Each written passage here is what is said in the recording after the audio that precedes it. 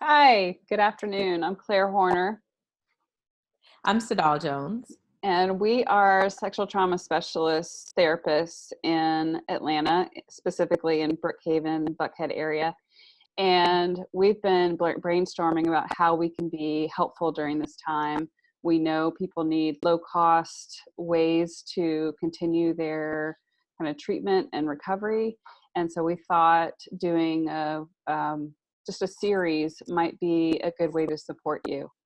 So this is informal. We haven't done a whole lot of prep on this. We threw some stuff in a slideshow and thought we'd spend about 20 minutes talking with you. So Sadal, why don't you say a bit about how we know each other and what this is for?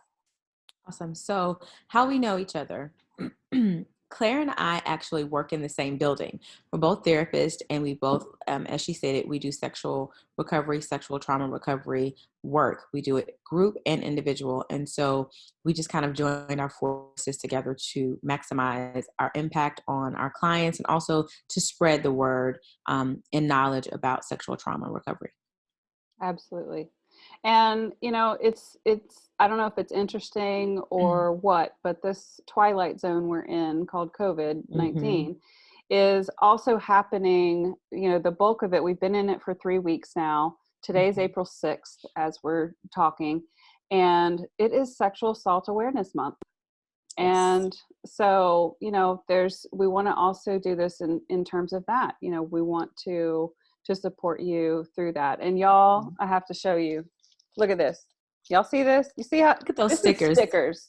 All right. So these were supposed to be for my clients and people around whoever I meet. I was just going to pass them out. But guess what? No Now, passing. no passing. So that, and look at this. Check this out. I got this scarf, this nice scarf with all these. So pretty. I showed this to Sidal the other day. Love it. So now I gotta figure out a way to use it. So anyway, we're gonna talk with you today about today is really just getting started. We want to kind of introduce why we're talking about this, speak a little bit to what you may be feeling right now, but then we're going to talk about one tool that we want Mm. to offer for you to use. And you may already use it. It may, but how we talk about it may be a little different. And Mhm. so we want you to get to know us. That's another piece of this. And you can follow up 3 different ways that you can follow up with us. Over the weekend, we started a meetup group called Maintaining Sexual Recovery During COVID-19. It's just on meetup.com. And we decided to do that instead of a Facebook group because it can take a while to get Facebook groups up and get the algorithms all going. And we are here. We are ready to go right now. And so we want to get this Mhm. out to you. So I'll be putting this out on my social platforms, and you can connect with ATL Shrink on Facebook Mhm. and Instagram, and also on LinkedIn. I'll be putting it there as well, so you can connect with us that way. So thank you so much for joining us, and let's get going. Awesome.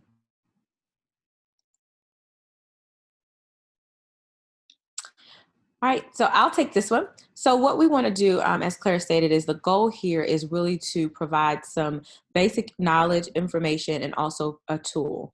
So what we want to make sure that we are stressing to everyone is really to how do you maintain your trauma recovery? What is it that you want to do or you need to do during this time? We've been 3 weeks in, and I can imagine a lot of people are getting used to telehealth in ways that they have not been used to it before. And I would imagine that there's probably a lot of people that are shying away from telehealth in a way that is not necessarily the best for their recovery. So let's just start with this basic information here. One thing that I think is important to do is to maintain your connection with your therapist. Even when it's a little bit uncomfortable, figure out the best fit, the best time of day, and the best platform, that will work for you during this time and during this transition. It's hard, we know it. It's tough to do something new when you're used to seeing your therapist every week and face to face. The energy may be different on video. And if that's the case, that's okay. But being able to work through that difficult part just until it feels a little bit better so that you can continue on your recovery and feel like you're in a forward moving motion, right? The other thing is to look for some additional resources in this time. A lot of us are at home and we're not really doing a whole lot at home.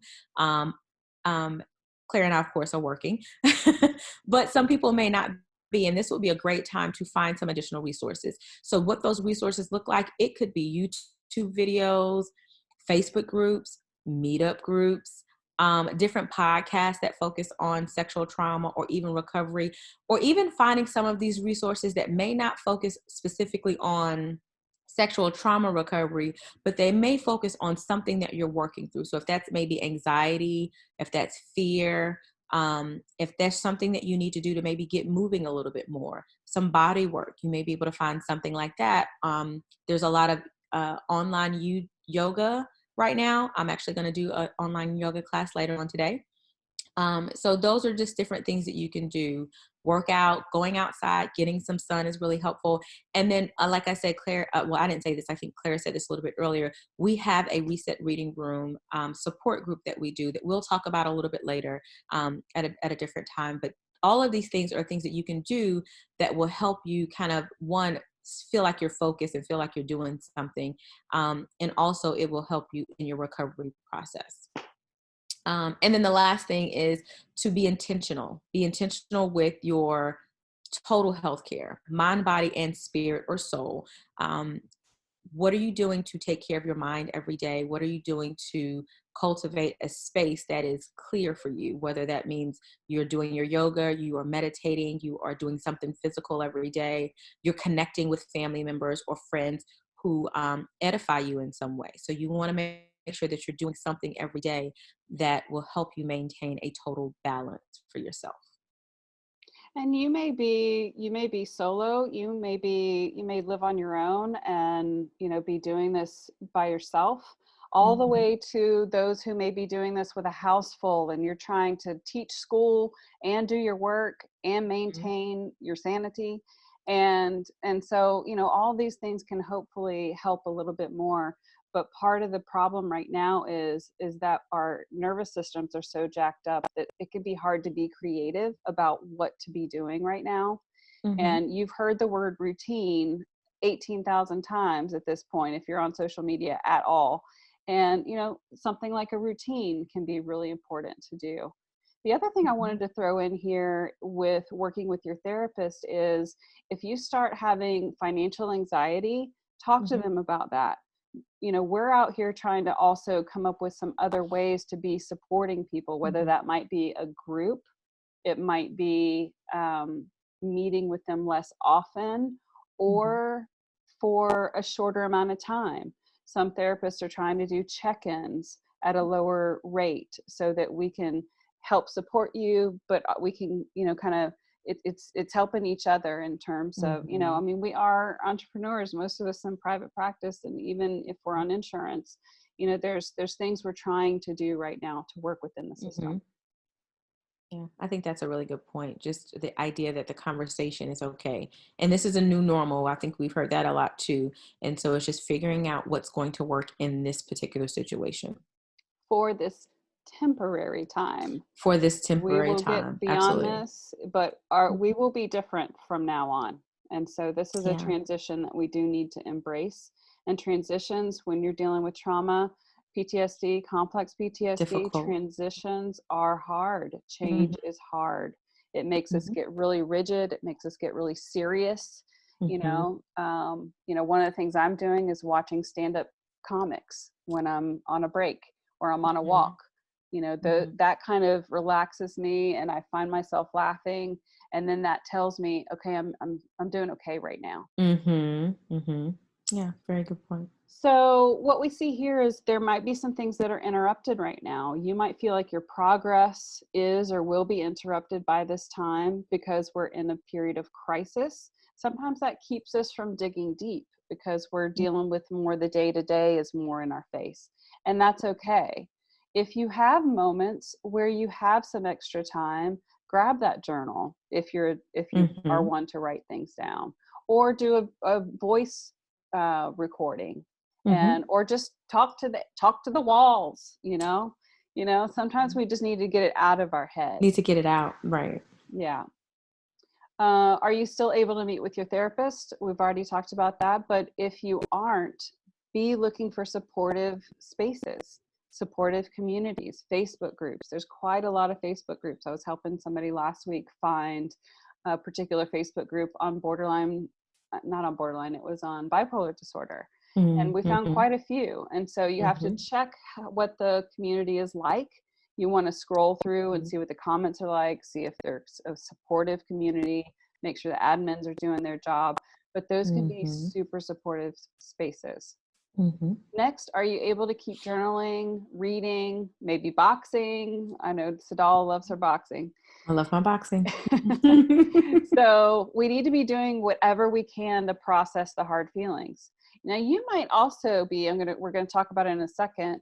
You might also be in a space where you're actually pretty calm right now because your life on a day-to-day basis feels like it's kind of jacked up and in crisis, or at least has that edge of danger. If you're dealing with PTSD, Mm-hmm. feeling unsafe and that danger is just around the corner Mm-hmm. is how we feel. And Yeah. so you might be okay right now. You might have friends and family who are turning to you because you've been doing therapy, you've been training. This is the marathon. This is where you show up with all your Mm-hmm. skills. You might be feeling set. Lastly, Yeah. what about the self-care stuff? What is getting in the way of that? Mm-hmm. Are you finding yourself overeating or over drinking right now? Alcohol, really where I was headed with that. You know, Mm-hmm. it's very common right now. Although right in this fourth week coming in, people are talking about that a lot. So you're seeing Mm-hmm. that other people are struggling in these kind of ways as well, Yeah. which hopefully helps us to feel more normal or in the fold, so to speak. And but we can continue, we can give ourselves some grace, and we can shift and start making some more decisions about how we want to go forward. Mm-hmm.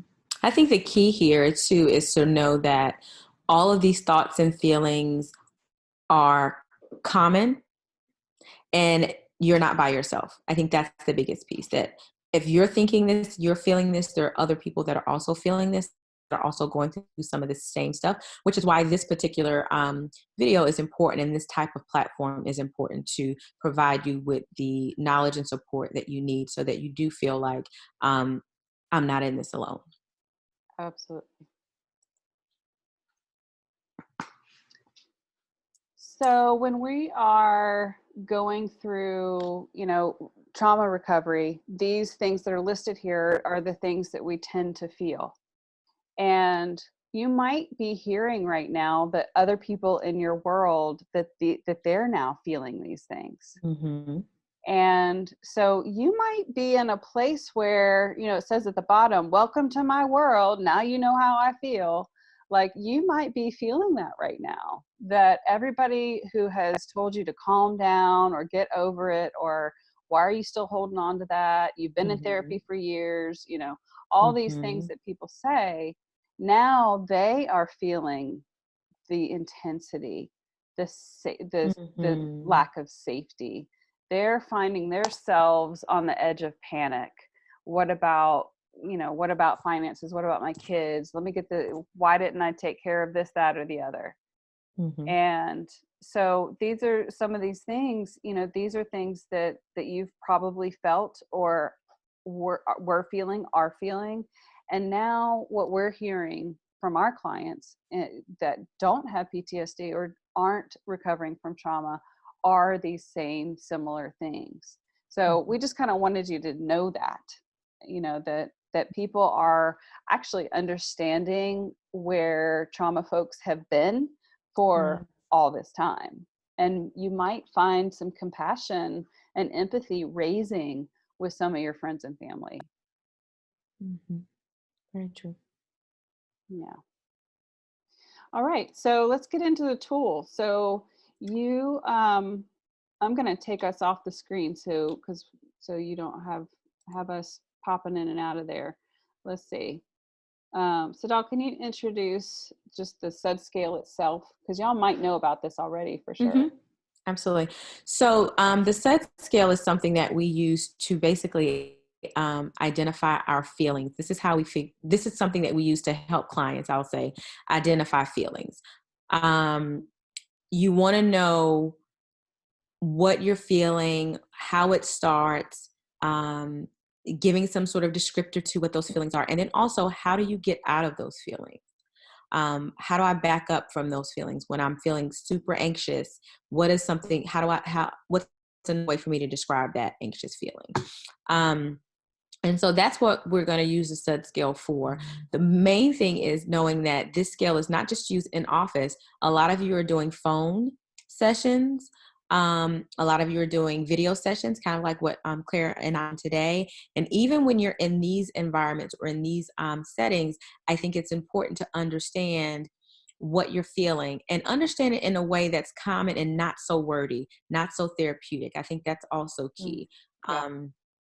What we want to do and what we want to focus on today is not necessarily the scale itself, but we want to focus on the feeling that this scale identifies for us.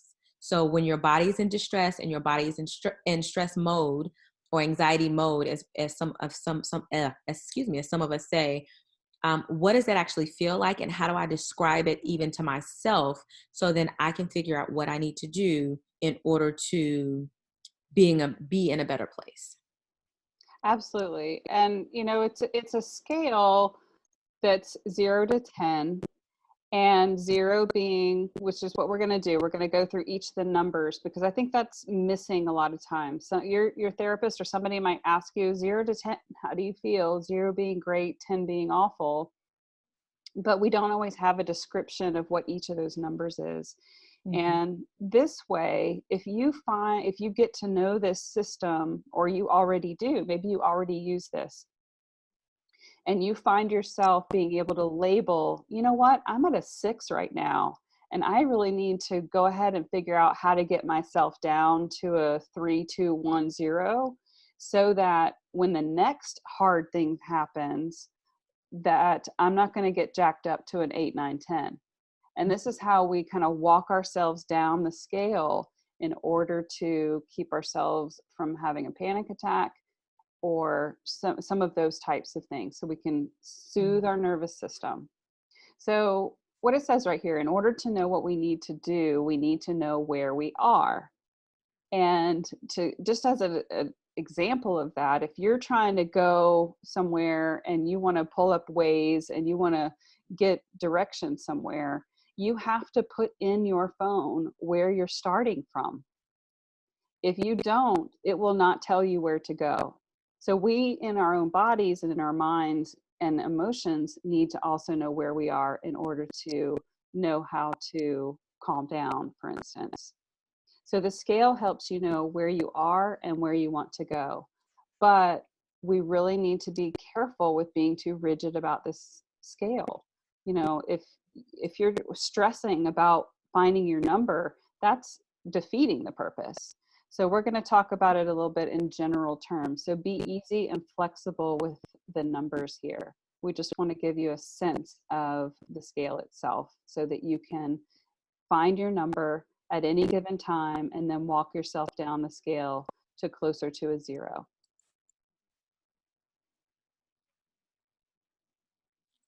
SaDohl, why don't you start? So here we are at the beginning of the scale, 0 to 1.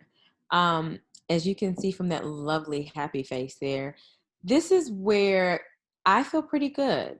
I'm chilling. I feel like I can handle things. I feel like I am dealing with things pretty well. I do not feel any major stress in my body. I'm in a pretty good mood here. Life is good.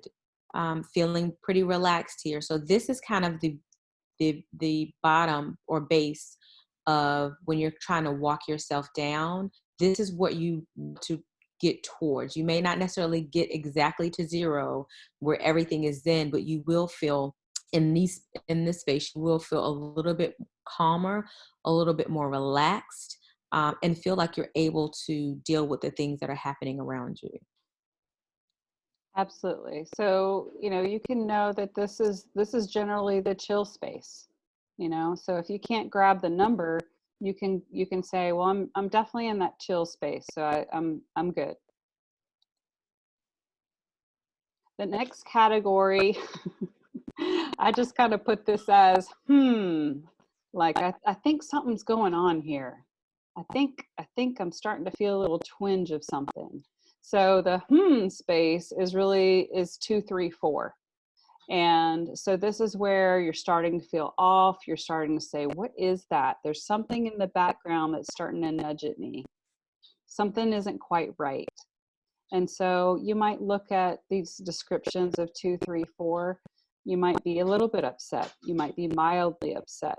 You might be a 4 is somewhat upset to the point that you cannot easily ignore that unpleasant thought. You can handle it okay, but you don't feel good. And so you can generally know that, this is an okay space. You're usually not having too much distress here. And so, but this is a good spot to strive for as well. So 0 to 4 is a good zone. Mm-hmm. And the 0 to 4 space is kind of usually where you want to aim towards. That's kind of where you kind of feel like you're okay, even if there's something there. It's not in such a way that it's completely overtaking you emotionally. I'll say that. Right. So here we have 5, 6, and 7. So in this space, it's a little bit more than something is bothering me. Your heart rate may be a little bit faster. Your breathing may be a little bit more shallow. You may also just feel really uncomfortable and overwhelmed. If you ever get that feeling like, I'm feeling really overwhelmed, I'm really not sure what's happening, I don't know what I'm overwhelmed about, but something is overwhelming me. So if you're looking at this, if you're feeling like that, it could be, moderately upset, uncomfortable, unpleasant, all the way down to, the verge of freaking out. You're like on the edge and you're trying to figure out where these bad feelings are coming from, or not. Even if you don't know where they're coming from, you know that they're there. And you're having some difficulty controlling or maintaining those feelings. Right. And a way to think about using this scale, like if I realize that I'm at a 6, then I probably need to know or try to figure out, or if I'm in any of this, in this category, this something's really wrong with me right now. I need to do something about this. If you're in this 5, 6, 7 space, then it's helpful to know what works in that space. Does going for a walk work? Does pulling up a guided meditation on YouTube work? Does drinking a glass of water or having a little bit of food, does that help? Does that bring you down? So that's how you can also walk down the scale. I'll give you an example. Right now, my numbers, just like everybody probably, are going up and down really quickly. So I might find myself at a 2, and then I might watch something, I might watch the news, and now I'm at a 7. And I need to figure out how to get myself down to a 4, 3, 2. And so I might turn that news program off. I might go read something. I might call a friend. And so I need to figure out how to walk myself down. The other day, I was in the grocery store with my partner, and I had been probably hovering around a 5, 5, 6 all day. And I don't know what it was. He grabbed something in the cart and started fanning me. Like, and I was like, oh, my brain's on fire right now, isn't it? I wasn't feeling particularly upset, but I was just like, I call it jacked up. And so I needed to laugh with him, honestly, for a second. And that actually brought me down a number or 2. And so then I needed to recognize that I need to probably spend some time later that day working on getting those numbers down.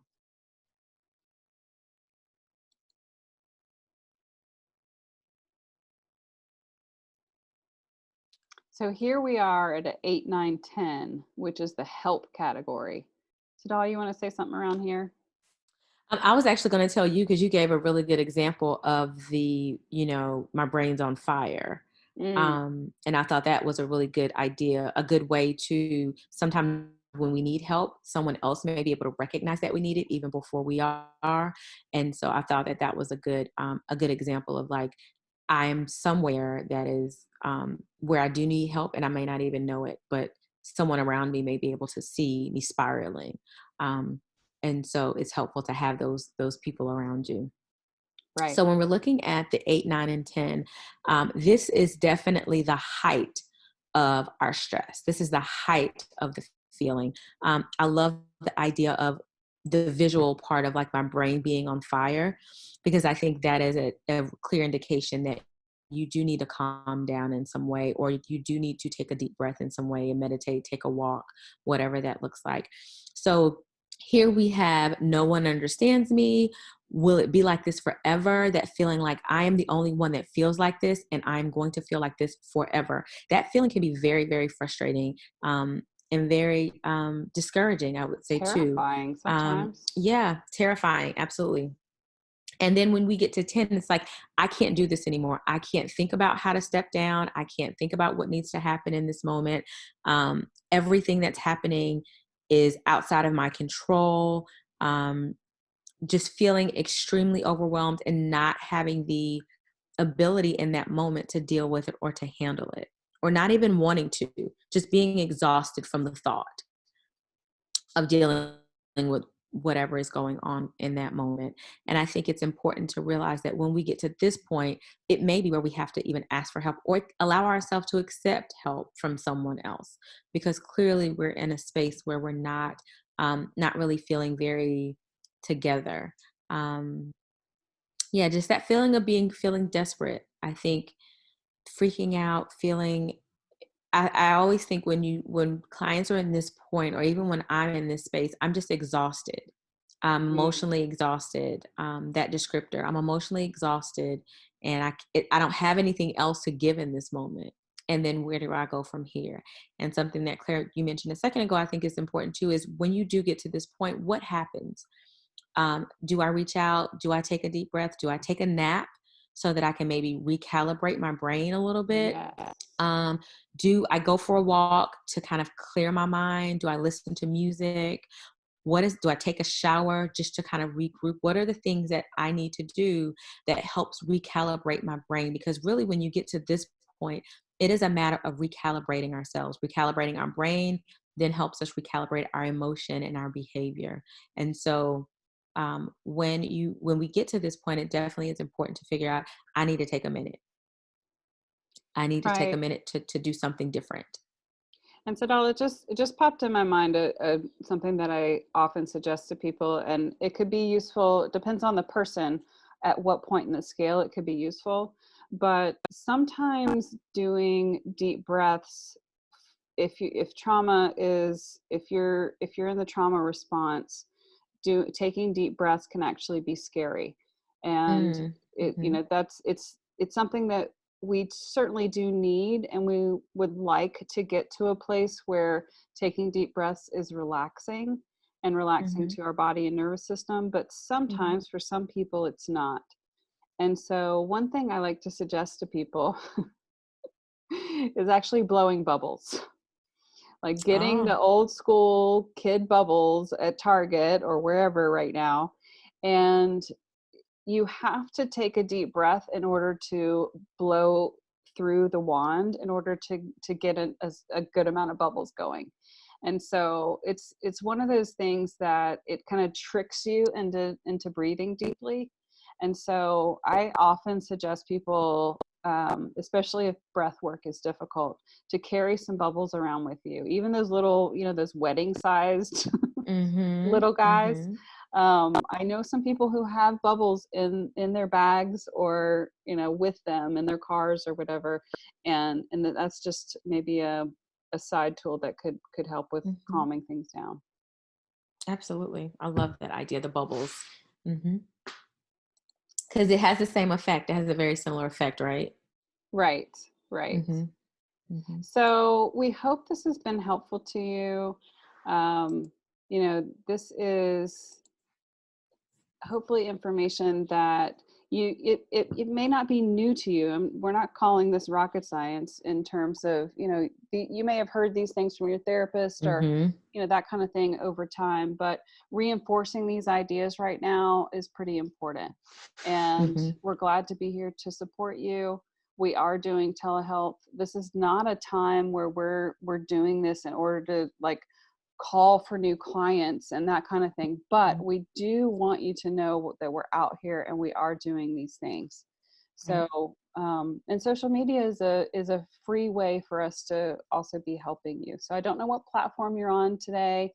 I'm going to be posting it on LinkedIn, Instagram, and Facebook in some kind of fashion. And SaDohl is working on her platforms, Mm-hmm. and I am. um, and This is so, the best time to do it, right? I have time. yeah, exactly. Well, you've been also, switching your practice around. So Mm-hmm. Yeah. it's a good time for that. Well, we're so glad you were here. We will be back in 2 weeks with another session. And in the meantime, I hope that you can reach out and get whatever support you can in any way you can. Mm-hmm. And each time that we do these sessions, you will definitely get some information, you'll get some tools, and you'll also get some tips. So there will also be things that you can take away. Like this today, it was the SUD scale. That was your takeaway for today. So we'll have whatever the topic is for that week or for that session, and then we'll definitely have some sort of tool or tip for you to take away so that it's definitely beneficial for you. And you can have some input on what's going to be helpful to you. If you're watching this, obviously this isn't a live, so let us know in the comments what was helpful and Mm-hmm. what you're needing right now, so we Yeah, can tailor these sessions for you. You're welcome absolutely. to jump over to meetup.com and jump in the group, Maintaining Sexual Trauma Recovery During COVID-19. And we will be back in a couple weeks. Absolutely. Thanks, guys. Bye-bye.